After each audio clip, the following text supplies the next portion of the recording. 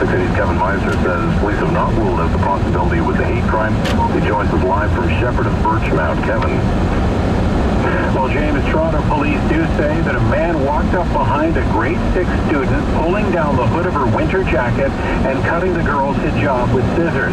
This happened just before 9 o'clock this morning in the Shepherd and Birchmount area.